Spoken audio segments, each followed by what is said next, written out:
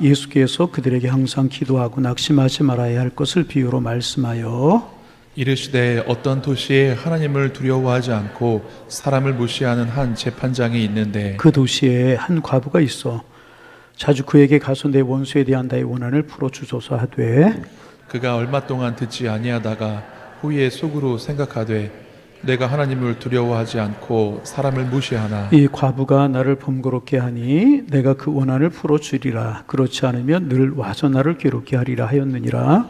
주께서 또 이르시되 불의한 재판장이 말한 것을 들으라. 하물며 하나님께서 그 밤낮 부르짖는 택하신 자들의 원한을 풀어주지 아니하시겠느냐.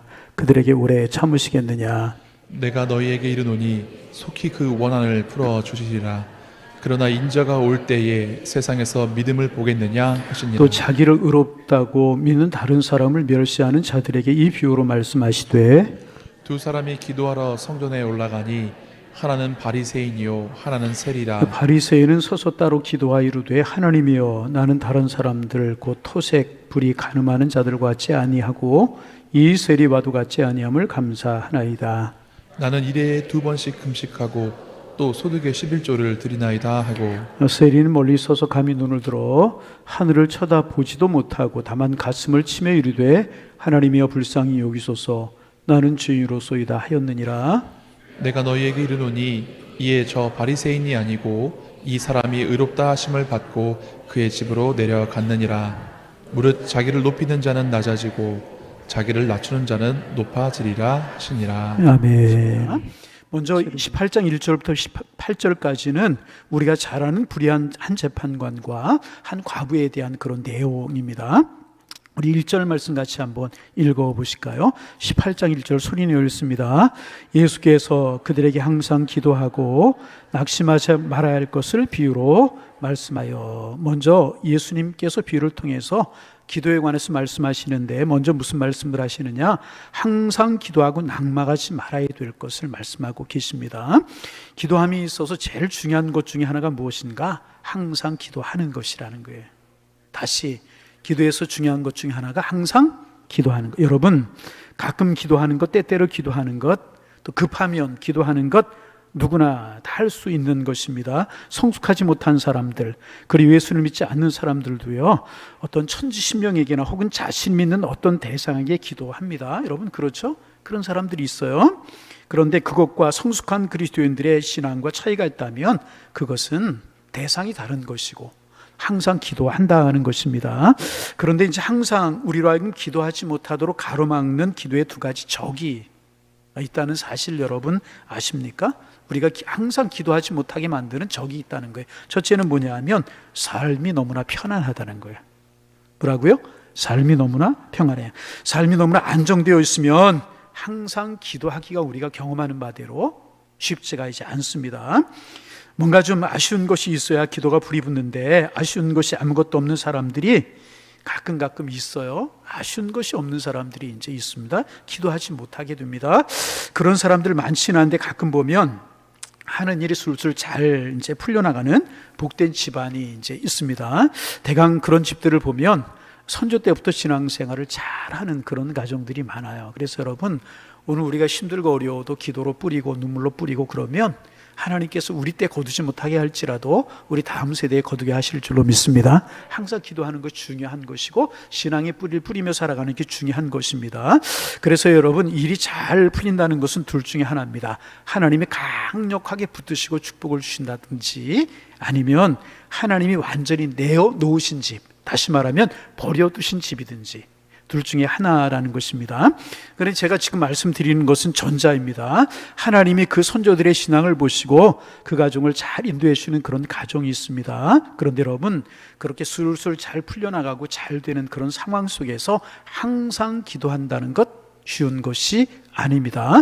그런 상황 속에서도 항상 기도하는 사람이 있다면 그것은 복을 받은 사람입니다. 틀림이 없어요. 그것은 복을 받은 사람입니다. 그래서 특별한 기도 제목이 없는데 교회를 위해서, 나라와 민족을 위해서, 또 주변 사람들을 위해서 중보기도 늘 할 수 있다는 것은요 큰 은혜고 축복이라는 것입니다. 그래서 먼저 평안한 삶이 우리로 하여금 항상 기도하는 것에 방해가 될 수가 있어요. 오히려 축복이지만 방해가 될 수 있다는 것입니다. 또 하나 항상 우리가 기도하는 일에 방해가 되는 것은 뭐냐 하면 조급한 성격입니다. 다시 뭐라고요? 조급한 성격. 조급한 성격이 항상 기도하는 것을 가로막을 때가 있습니다. 항상 하나님이 다르게 역사하시고 다르게 응답하실 것에 대해서 열어놓지 아니하고 내가 원하는 방식으로 내가 원하는 때에 자기가 원하는 이루어지기를 원하는 사람들이 있습니다. 이런 사람들은요, 기도하고 나서 금방 응답되지 않으면 기도를 다 던져버릴 때가 참 많이 있어요. 하나님 내 기도 안 들으신다고, 하나님 나를 사랑하시지 않는 것 같다고, 하나님 나를 버리셨다고 하고 던져버려요. 이제 오늘 본문에 말하는 사람, 이 두 번째 사람을 말하고 있는 것 같아요. 예수님이 항상 기도할 것을 가르치면서 낙망하지 말아야 될 것을 말씀하셨습니다. 항상 기도하는데 가장 큰 적, 낙심하고 넘어지고 포기하는 것이라고 이제 말씀을 하고 계시는 것입니다. 여러분, 기도함에 있어서 가장 중요한 것은요, 하나님을 향한 전적인 신뢰라는 거예요. 믿음으로 기도하는 것입니다. 그분이, 살아계신 하나님이 나에게 가장 유익한 것으로, 가장 나에게 좋은 것으로 나에게 주시고 응답해 주실 것이라고 하는 믿음으로 기도하는 것이 참 중요한 것입니다. 여러분, 하나님을 신뢰하고 믿음으로 기도하는 여러분들 되시기를 바랍니다. 그럴 때 의심하지 않게 될 것이고, 그렇게 조급한 마음을 이기게 될 것이고요, 그럴 때 낙심의 유혹을 이기게 될 것입니다. 그래서 기도의 최대의 적은요, 낙심이라는 것입니다. 그래서 이제 항상 기도하지 못하도록 만드는 것이 바로 사탄의 전술입니다. 여러분, 사탄이 우리 그리스도인들이 기도하는 것을 막겠습니까? 기도하는 거 막지 못해요. 그러므로 사탄이 노리는 것은 뭐냐 하면 우리로 하여금 항상 기도하지 못하도록 막는 거예요. 어떻게 우리가 기도하지 못하도록 다 막겠습니까? 사탄이 노리는 것은 뭐냐 하면 항상 기도하지 못하도록 방해하는 것입니다. 그러므로 우리가 사탄의 공격을 이기는 것이 무엇입니까? 항상 기도하는 것입니다. 오늘 예수님께서 항상 기도하고 낙망하지 말라고 우리 가운데 말씀하고 계십니다. 그래서 여러분, 항상 기도하고 낙망하지 말고 쉼 없이 기도하는 하나님의 사람들 되시기를 주님의 이름으로 축원합니다. 그런데 사람들이 이것을 잃어버리니까, 항상 기도하고 낙망하지 말아야 될 것을 잃어버리니까 예수님께서 이제 비유로 말씀하고 계시는 것입니다. 어떤 비유인가? 2절 말씀 같이 한번 읽어봅니다. 이르되 어떤 도시에 하나님을 두려워하지 않고 사람을 의지하는 한 재판장이 있는데, 그렇게 기록하고 있어요. 이 이제 재판장, 우리가 좀 이제 잘 알 필요가 있어요. 오늘 우리가 말하는 재판관과 같은 그런 사람이 아닙니다. 오늘날 여러분 사법부에 이제 그 판사죠. 판사가 되려고 하면 참 쉽지 않은 과정을 통과해야 되죠. 어려운 자격 시험을 통과하고 대부분 존경받는 사람들이 그 자리에 있습니다. 그렇지 않습니까? 좋은 대학을 졸업하고 일정한 연수를 받은 후에 임명이 되어서, 다는 아니지만 많은 경우 신망을 받는 분들이 재판관으로 일을 하는 것이 오늘날 우리 사회입니다. 그런데 이 당시의 재판관은 오늘날의 재판관과는 달랐다고 이제 그래요. 이 당시의 재판관은 꼭 그렇게 우리말로 표현한다면 치안판사라고 할까요? 치안판사였다고 그래요. 왜냐하면 지금처럼 삼권, 입법, 사법, 행정이 분리된 그런 때가 아니었기 때문에 오늘날로 말하면 법무부에 소속된 치안법무관 같은 이제 그런 사람이 재판관이었다고 이제 그래요. 그래서 이 도시 저 도시의 사람들이 법무에 관해서 해결되지 않는 일들을 모아놓았다가 이 치안관이 그 도시를 한번 방문하면 이 사람들에게 찾아가서 말하고 해결하게 하는 그런 사람이 재판관이었다고 이제 그래요. 왜냐하면 이제 이스라엘 사람들은 어떤 법적인 문제가 생기면 이제 법정에 가는 것보다는 장로들에게 갔잖아요. 장로들에게 찾아가고 이제 뭐 증인, 랍비들이나 장로들, 뭐 이런들에게 찾아갔어요. 랍비들이나 장로들. 그래서 이제 피고가 서고 원고가 서고 증인이 서고 세 사람이 서가지고 상황을 쭉 설명을 합니다.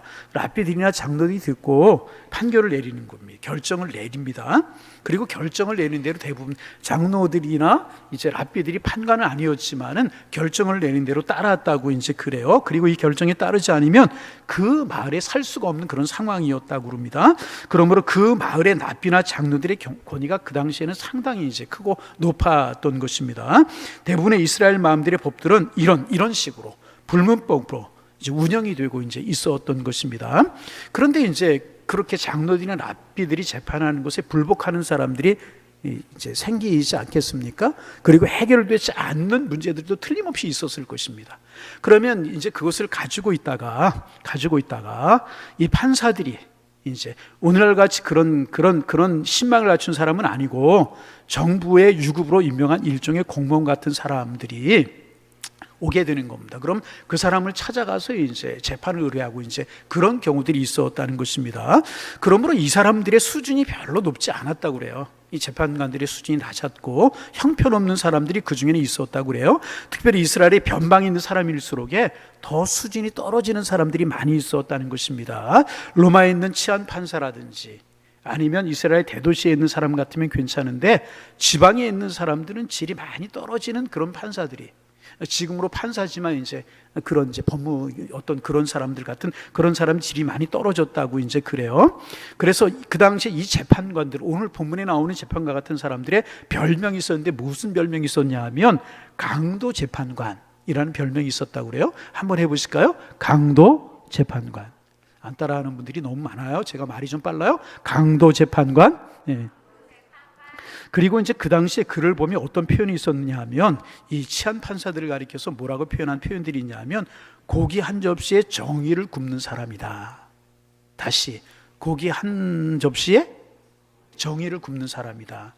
여러분 굉장히 신랄하게 표현하고 있지 않습니까? 고기 한 접시에 정의를 굽는 사람. 그래서 이제 원고와 피고가 있는데 잘못을 따지지 않고 누가 잘못했느냐 잘하는 것을 보고 판결을 하는 것이 아니라 고기 한 접시를 가져다 주면 그거 구워 먹고 그 사람의 손을 들어주는 재판관들이 많이 있었다는 것입니다. 그런 사람들을 가리켜서 뭐라고 부른다고요? 강도 재판관. 이제 그렇게 불렀다고 이제 그래요. 그래서 오늘 성경에 보면 이 사람을 어떻게 표현하고 있는가 하면 하나님을 두려워하지 않고 사람을 의시하는 한 재판관, 이렇게 되어 있습니다. 다시 한번 2절 읽어볼까요? 이르시되 2절 어떤 도시에 하나님을 두려워하지 않고 사람을 무시하는 재판관. 하나님을 두려워하지 않고 사람을 무시하는 재판관이라고 그렇게 표현하고 있습니다. 여러분 그렇죠? 대부분 하나님을 두려워하지 않는 사람들이 사람을 무시해요. 그죠? 그리고 하나님을 두려워하는 사람은요 사람도 존중합니다. 대부분 그래요. 그 사람 보세요. 사람 존중하는 사람들 보면 하나님도 두려워할 줄 알아요. 그런데 사람 무시하는 사람 하나님 두려워하지도 않고, 하나님 두려워하지 않는 사람은 사람을 두려워하지도 않고 무시하고 이제 그래요. 여러분 이제 우리가 그런 이야기 많이 들어서 알죠. 민주주의가 기독교로부터 파생이 되었다는 사실, 이제 기독교로부터 민주주의가 나왔다는 사실, 성경에서 나왔다는 사실을 여러분 많이 들어서 아실 것입니다. 민주주의의 기본은요 하나님을 경외하는 사상으로부터 시작이 되는 거예요. 하나님을 경외하는 사상. 민주주의가 중세 유럽에서 꽃이 피우게 되지 않았습니까? 중세 유럽에서 기본이 되는 것이 뭐냐면 휴머니즘이었습니다. 그 휴머니즘의 바탕이 되는 것이 바로 기독교 문화였다는 것입니다. 왜냐하면 모든 인간은 하나님의 동등된 피조물이라고 하는 전제하에서 휴머니즘이 생겨나게 되게 된 것입니다. 모든 인간 하나님의 동등된 피조물이라는 것입니다. 남자와 여자도 하나님 앞에서 동등한 인격자. 아멘. 근데 왜 듣고만 계셔 아멘을 안 하고? 당연한 것이기 때문에 그렇습니까? 이런 게 다 성경의 가르침입니다. 이런 가르침이 있기까지는요 전부 다 인간을 계급으로 나누는 사회였잖아요. 피부 색깔로 나누었고, 지식의 유무로 나누었고, 가진 것과 못 가진 것으로 나누었고, 그래서 양반과 천민으로 나누었고, 종과 주인으로 나누었습니다. 그런데 복음이 들어오면서 모두가 동등되게 여겨지기 시작을 한 것입니다. 그래서 하나님을 두려워하는 것이 사람을 존중하는 것의 시작이 되게 된 것입니다. 그리고 하나님을 두려워하지 않는 사람은 사람을 무시하게 되게 되는 것입니다. 그래서 여러분 오늘 서양의 사상사나 인류 문명사를 보면 너무나도 이런 것들이 이제 분명하게 나오는 것입니다. 그러므로 이 재판관이 하나님을 두려워하지 아니하고 사람을 무시했다. 하나님도 두려워하지 않고 사람도 무시했다. 자기 마음대로라는 그런 이야기 아니겠습니까? 자, 이제 3절 말씀 같이 한번 읽어볼까요? 3절 읽어요. 그 도시에 한 과부가 있어 자주 그에게 가서 내 원수에 대한 나의 원한을 풀어주옵소서. 이제 한 과부가 있었는데 어려운 일을 당했던 것 같아요. 그래서 이 재판관에 가서 풀어달라고 이야기를 하는 겁니다. 그런데 4절 말씀, 이 사람이 어떻게 하는지 보겠습니다. 그가 얼마 동안 듣지 아니하다가 후에 속으로 생각하되 내가 하나님을 두려워하지 않고 사람을 무시하나. 하나님을 두려워하지 않고 사람을 무시했다. 여러분, 그 당시 이제 이런 일들은 비일비재한 일이었다고 이제 그래요. 그래서 예수님께서 이 비유를 들을 때 언제 어디서 그런 일이 있었습니까? 라고 묻는 사람이 없었다는 것입니다. 왜냐하면 이런 일들이 그 당시 이스라엘 사회에서, 더군다나 지방에서는 너무나 비일비재하고 흔한 일이었기 때문에 묻는 사람이 없었다는 것입니다. 여러분, 저 오늘 우리나라가 정말 많이 좋아졌죠. 발전되고 그렇잖아요. 법치국가가 되었고 정의로워진 것이 참 사실이에요. 아직도 그렇지 못한 부분이 있지만은 그래도 우리나라 굉장히 정의로워지고 이제 법치국가가 된 것이 사실입니다. 그런데 우리가 아는 것처럼 3, 40년 전만 해도 그렇지 못했잖아요. 그렇잖아요. 제가 이제 부목사 때였던 것 같아요. 30세인가 31세 정도 됐었어요. 그 교회 부임을 해가지고 얼마 안 돼서 권사님들을 뒤에 이제 봉고차 뒤에 이제 가득 모시고 어디를 갔다 오는 길이었었어요. 근데 교회 오다가 교회를 들어가려고 하면 좌회전을 해야 됩니다. 근데 중앙선이 끊어지지 않은. 근데 제가 교회 부임한 지 얼마 안 돼서 잘 몰랐어요. 몰라가지고 이렇게 좌회전을 했어요. 그랬더니 교통경찰관이 세우더라고요. 그래서 문을 열고 이야기를 하는데 저 뒤에 맨 뒤에 앉아있던 권사님이 창문을 열었어요. 이제 그 승합차의 창문을 열고 이렇게 이리 아저씨 이리 오라고. 뭐 하나 봤더니 주머니에서 10,000원짜리 하나를 꺼내가지고 제 목사 앞에서 운전하다가 이제 위반을 해서 스티커를 끊으려고 하는데 문을 열고 이제 그 권사님이 10,000원짜리 하나를 주면서 아저씨 가라고. 어떻게 되었을까요? 교회 무슨 교회라고 하는 이렇게 로고가 붙어 있고 다 보이죠. 그러니까 제가 목사라는 것도 알고 이제 그랬을 거예요. 그러더니 경찰 아저씨가 어떻게 했을까요? 네? 저를 한번 쳐다보고 차를 한번 들여다보고 또 권사님을 보고 그러더니 웃으시더니 그냥 가라고. 그런데 그런 일들이 비일비재했잖아요. 그러면 이제 그걸 받고 그냥 가라. 그런 일들이 참 많았다는 것입니다. 그런 것들 우리가 이제 다 경험하고 보고 그런 거 아니겠습니까? 이런 이야기 우리나라에서 비일비재했어요. 그래서 이런 일 정도는 누가 문제 삼지 않는 그런 때였었다는 거예요. 이 본문이 이제 기록될 당시에. 그리고 그 재판관집 앞에 와서 울고불고 떼를 쓰는 한 여인이 오늘 본문에 보면 있었습니다. 그 중에 재판관을 번거롭게 하는 한 여인이 있었다는 것입니다. 이 번거롭게 한다는 말을 원어 성경에 보면 미완료형으로 이제 되어 있습니다. 그러니까 아직 완료되지 않은 행위를 말하는 거예요. 이 말은 뭐냐 하면 계속 찾아오고 있고 앞으로도 계속 찾아올지 모르고 그도 모르고 나도 모르는 그런 일을 말하는 것입니다. 그래서 재판관이 하는 말이 5절 말씀 같이 한번 읽어봅니다. 5절, 이 과부가 나를 번거롭게 하니 내가 그 원한을 풀어주리라. 그렇지 않으면 늘 와서 나를 괴롭게 하리라 하였느니라. 여러분, 그렇지 않으면 늘 와서 나를 괴롭게 한다. 그렇게 이제 재판관이 말하고 있는데, 괴롭게 한다. 이 말의 원문의 뜻은요, 내 눈밑을 찌른다. 그런 의미를 가지고 있어요. 다시 어디를 찌른다? 눈밑을 찌른다. 여러분, 눈밑을 찌르면 얼마나 괴롭겠습니까?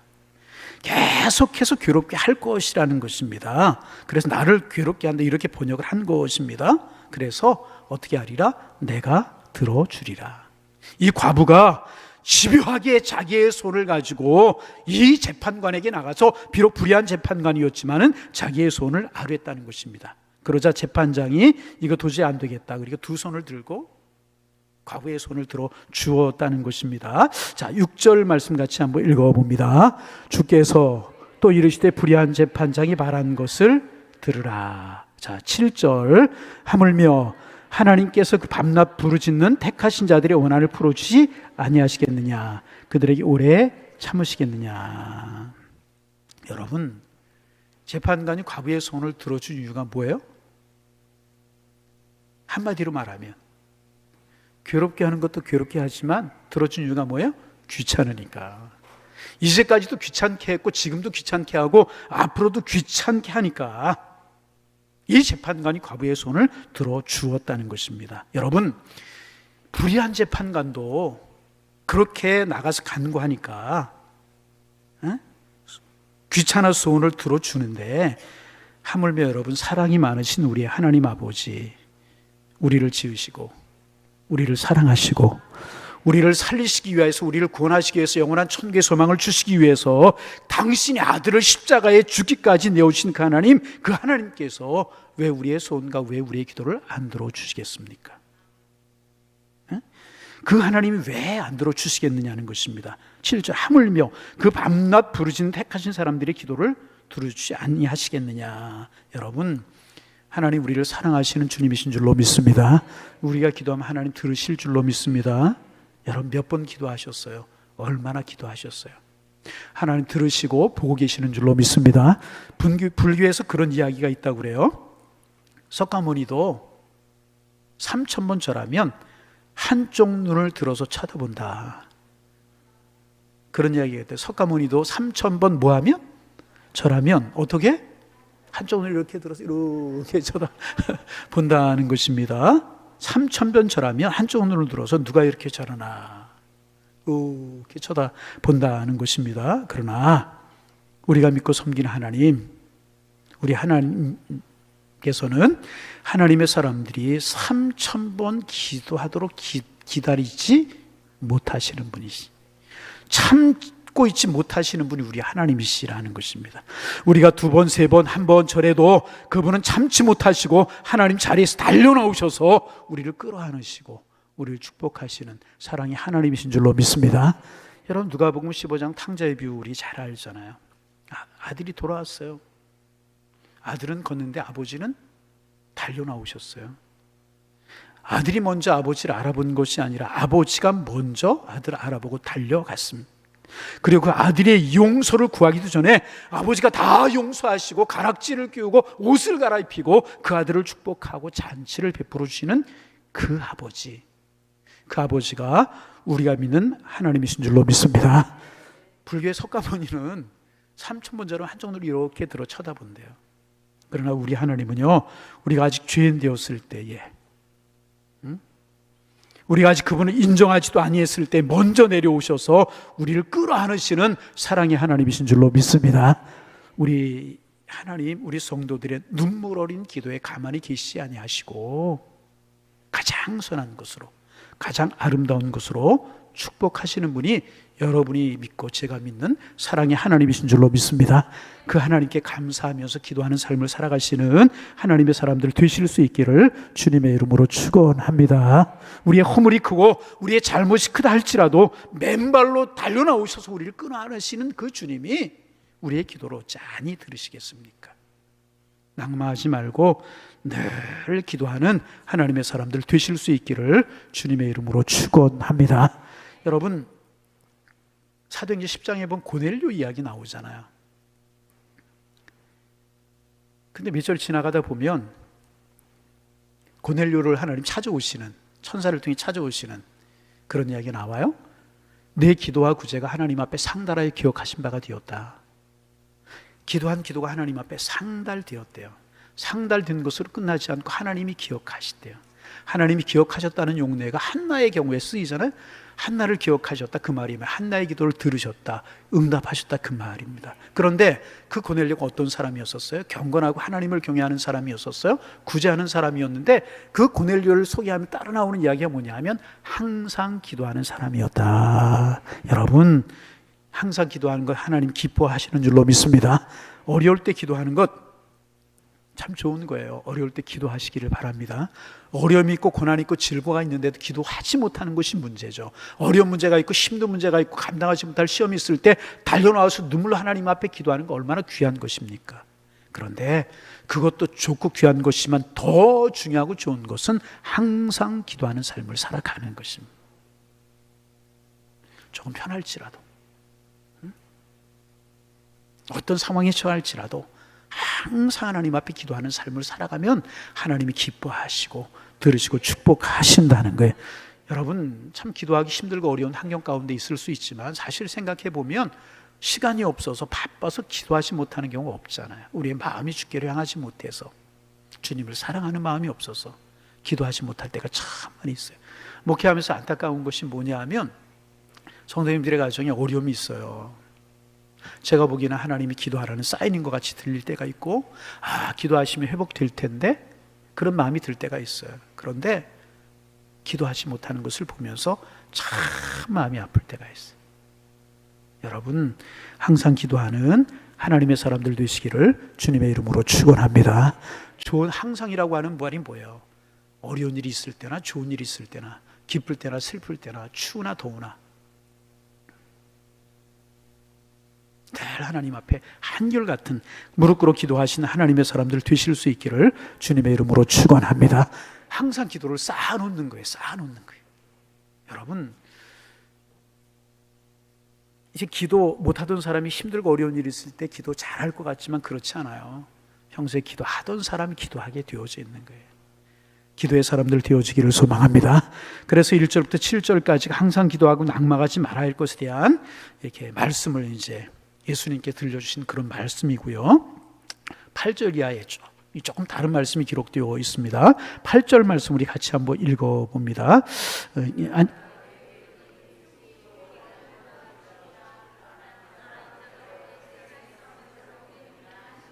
이 구절을 가지고 신학자들 사이에 많은 논쟁이 있어요. 왜 이 구절이 여기 들어갔을까? 항상 기도하고 낙망하지 말아야 할 것을 말씀하시다가 이렇게 인자가 올 때에 이 세상의 믿음을 보겠느냐, 왜 말씀이 들어갔겠느냐. 그러나 여러분, 이제 잘 보면 앞에 말씀과 연관되어 있다는 사실을 쉽게 알 수 있어요. 내가 이렇게 말하지만 너희 중에 많은 사람들은 이를 당했으면 기도하는 사람이 많을 거다. 내가 이렇게 말해도 항상 기도하지 않는 사람이 많을 것이다. 그러다가 아쉬울 사람들이 있을 것이다. 그 말씀이라는 것입니다. 그렇죠? 설교하고 듣기도 하지만 항상 기도해야지, 그런 마음을 갖지만 돌아서 3, 4일 지나면 잊어버릴 때가 참 많잖아요. 그래서 하시는 말씀입니다. 인자가 올 때에 세상에서 믿음을 보겠느냐. 정말 믿음을 가지고 항상 기도하는 사람 얼마나 있겠느냐. 항상 믿음을 가지고 기도하는 사람들이 몇이나 되겠느냐. 예수님께서 그렇게 말씀하고 계시는 것이라는 것입니다. 그래서 여러분, 이게 우리의 기도 제목이 되기를 소망합니다. 하나님, 항상 믿음으로 기도하는 하나님의 사람들 되게 하여 주옵소서. 저와 여러분의 기도 제목이 되기를 소망합니다. 항상 믿음으로 기도하는 사람 되게 하여 주옵소서. 낙마하지 말고 기도하는 사람 되게 하옵소서. 저와 여러분의 기도 제목이 되기를 소망합니다. 예수님 그 말씀하셨어요. 인자가 올 때에 이 세상에서 믿음을 보겠느냐. 그때 여러분, 당당하게 기도하는 믿음, 주님을 사랑하는 믿음, 주님 앞에 보일 수 있는 하나님의 사람들 되기를 소망합니다. 우리 그런 사람들. 아멘. 아멘. 은혜 부어주시기를 소망합니다. 조금 마무리하죠. 시간은 뒤였는데 조금 마무리하죠. 9절 말씀. 자, 읽습니다. 또 자기를 의롭다고 믿고 다른 사람을 멸시하는 자들에게 이유별로 말씀하시되, 여러분, 자기를 의롭게 여기고 다른 사람을 멸시하는 사람에게 이 비유를 말씀하셨다. 두 번째 비유를 말씀하시는데 누구에게 말씀하시는가? 자기를 의롭다 믿고 다른 사람을 멸시하는 자들에게 이 비유로 말씀하셨어요. 자기를 의롭다 하고 다른 사람을 멸시하는 사람이 누구겠어요? 바리새인들이죠. 바리새인들이라고 하는 거 쉽게 알 수 있죠. 그러면 재판관은 어떤 사람이었었어요?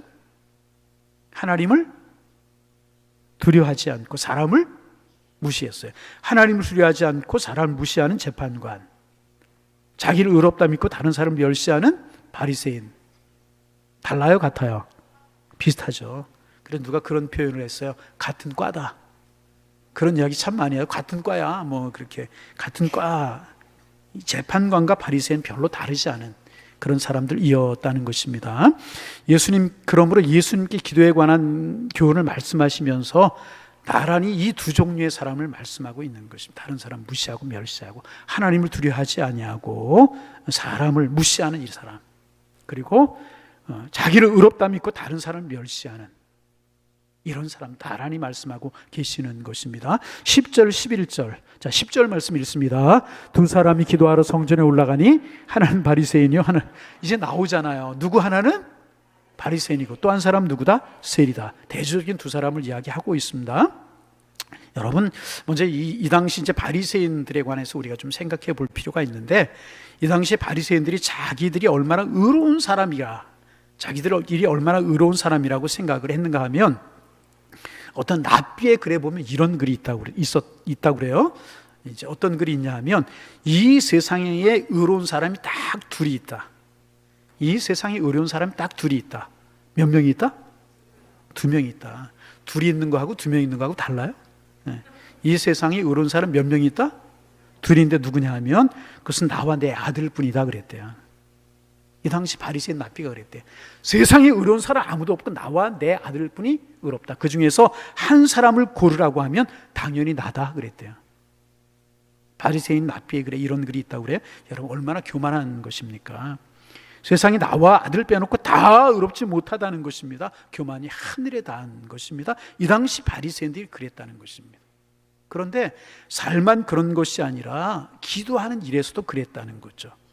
당시 바리새인들의 자랑이 세 가지였다고 그래요. 바리새인들의 자랑거리가 세 가지였는데, 첫째는 뭐냐 하면 자기들이 이방인이 아닌 것이 자랑이었고, 두 번째는 하층민이 아닌 것이 자랑거리였었고, 세 번째는, 잘 들으세요, 여자가 아닌 것이 자랑거리였대요. 여자가 아닌 것. 응? 바리새인들의 마음속엔 이런 교만이 꽉 차 있었다는, 이방인이 아닌 것 감사하고, 하층 사람이 아닌 것 감사, 여자가 아닌 것 자랑했다고 그래요. 여러분, 어떻게 사람을 상하로 구분할 수 있겠습니까? 수평적인 구분이 있을 수 있어요. 일에 따라 직분에 따라 구분이 있습니다. 그런데 이 상하, 이 수직적인 구분이 있을 수 없는 거잖아요. 그런데 이 바리새인들의 마음이 교만했기 때문에 모든 것을 다 상하로 봐가지고 나는 특출나, 저 사람은 그렇지 못하고 이제 그랬다는 것입니다. 이들은 이제 7일에 한 번, 이제 7일에 두 번씩, 일에 두 번씩 금식을 했는데, 월요일 날 금식을 하고 금요일 날 금식했다고 그래요. 이들이 왜 월요일 날 금식을 하고 목요일 날 금식을 했냐 하면, 월요일 날은 모세가 십계명을 받기 위해서, 율법을 받기 위해서 산 위에 올라간 날이 월요일이라고. 그래서 월요일 날 금식하고, 목요일 날은 십계명을 받아가지고 율법을 가지고 내려온 날이 이제 목요일이라고 생각을 해서 일주일에 이틀씩 이제 그들이 금식을 했다고 이제 그래요. 그런데 이제 기록에 보면 이 당시 예루살렘에서 우리 이제 오색 시장이 장도 열리잖아요. 오색 시장이 장은 며칠에 한 번 열려요? 며칠 열려요? 소리 지를 거 없지 뭐, 그렇다고 뭐. 며칠 만에 한 번씩 열린다고요? 감사하다 그 얘기예요. 큰 소리 대답해 줘가지고. 며칠 열린다고요? 근데 예루살렘에서 장날이 언제 열렸냐 하면 월요일하고 목요일 날 열렸대요. 그래서 가장 사람들이 많이 모이는 장날, 월요일 목요일 성전에 올라가서 자기들의 기도를 자랑하고 극대화시키기 위해서 많은 사람들이 모이는 곳에 가서 나는 이렇게 기도한다, 이렇게 금식한다, 그랬다는 거죠. 처음에는 아마 순수하게 기도했겠죠. 그러나 점점 이렇게 의식하면서 나 금식한다, 좀 봐달라, 이렇게 외식하면서 가끔 이제 가슴 아픈 것들을 좀 볼 때가 있어요. 우리 교회 이제 초창기에도 그랬는데, 저 갈고동인가요? 우리 교회 개척해서 얼마 안 돼서 지나가다 보니까 예배 교회당에 저 십자가 종탑부터 밑에까지 현수막이 쫙 붙었어요. 근데 부흥회를 한다는 현수막이었는데, 거기에 강사를 뭐라고 소개하고 있냐 하면 40일 금식기도 3번 한 불의 종 오산에 오시다, 그렇게 해보대요. 한참 생각을 했어요. 금식기도 3번, 그런 불의 종이 되는 것인가, 그런 생각도 들지만 금식기도 3번 했다라고 하는 것이 자랑거리가 될 수가 있는 것인가, 그게 하나의 커리어가 될 수 있는 것인가, 참 마음이 아팠어요. 금식할 때 어떻게 하라고 그랬어요? 사람들이 알지 못하도록 머리에 기름을 바르고 그렇게 옷을 갈아입고 하라고 그랬잖아요. 참 마음이 아팠던 적이 있었습니다. 여러분, 그렇잖아요. 자랑거리로, 바리새인들과 같은 거 아니겠는가. 자랑거리로 삼았다는 것입니다. 나 기도한다, 사람들이 많이 모인 거 가지고 일부러 초췌하고 손을 들고 막 이렇게 기도했다.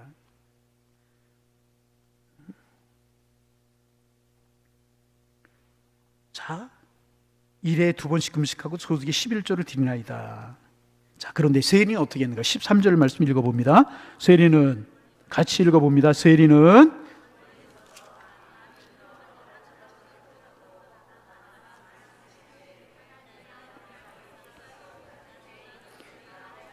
나는 어떻게 해요? 죄인으로소이다. 바리새인의 의는 하나님 앞에서 의가 아니고 다른 사람과 비교한 의를 말하는 것이에요. 여러분 아닙니다. 하나님 앞에서 내가 의로운가를 물어야 되는 것이라는, 하나님 앞에 내가 의로운가. 다른 사람과 비교를 따지는 것은 어리석고 하나님의 말씀을 이해하지 못한 사람의 처사인 것입니다. 그래서 세리는 어떻게 했어요?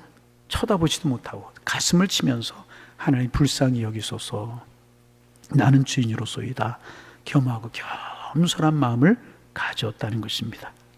자, 그러자 예수님이 평가하십니다. 14절 읽습니다. 내가 너에게 이르노니 이제 저 바리새인이 아니고 이 사람이 의롭다 하심을 받고 그의 집으로 내려갔느니라. 자, 그 다음에 천천히 자 읽어봅니다. 무릇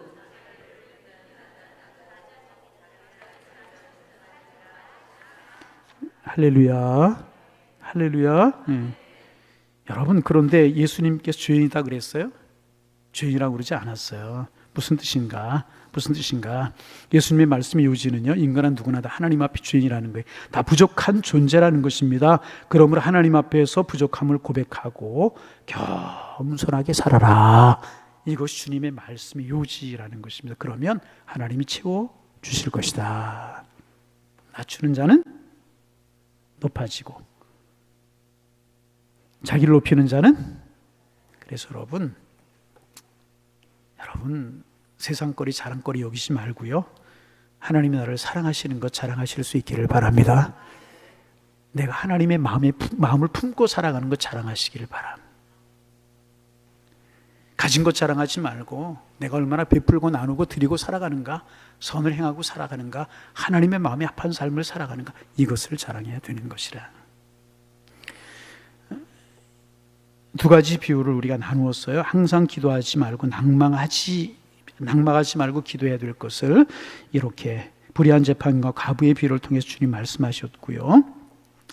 바리새인과 세리의 기도를 통해서 하나님 앞에 나를 낮추는 기도, 두 가지 기도에 관한 중요한 교훈을 비유를 통해서 우리 주님 말씀하셨습니다. 여러분, 낙망하지 말고 항상 하나님을 사랑하고 의지함으로 기도하는 기도의 주인공들 되시기를 소망합니다. 그리고 기도하는 나갈 때 내 의가 생각날 때마다 나를 낮추고 겸손한 모습으로 나아가셔서 하나님 높여주시고 하나님이 들으시는 기도와 축복의 주인공들 다 되실 수 있기를 주님의 이름으로 축복합니다. 축원합니다. 하나님, 낙망하지 말고 늘 기도하는 하나님의 사람들 되게 하여 주옵소서. 불의한 재판관도 과부의 소원을 들었다면 좋으신 하나님, 우리를 사랑하신 하나님, 우리를 축복하시는 주님이 왜 우리의 기도 듣지 아니하시겠습니까? 믿음 가지고 낙망하지 말고 늘 기도하는 삶을 살게 하셔서 주님 주신 아름다운 보화들을, 보고들을, 축복들을 누리며 살아갈 수 있는 하나님의 사람 되게 하여 주옵소서. 사람과 비교하지 않게 하옵소서. 교만하지 않게 하옵소서. 겸손하게 하여 주옵소서. 가진 것을 자랑하지 않고 하나님의 은혜를 자랑하고 하나님 주님의 사랑을 나누는 것을 자랑하는 저희들 될 수 있도록 인도하여 주셔서 하나님 우리를 높이시는 은혜 속에 살아가는 하나님의 사람들 다 되게 하여 주옵소서. 예수님의 이름으로 기도하옵나이다. 아멘.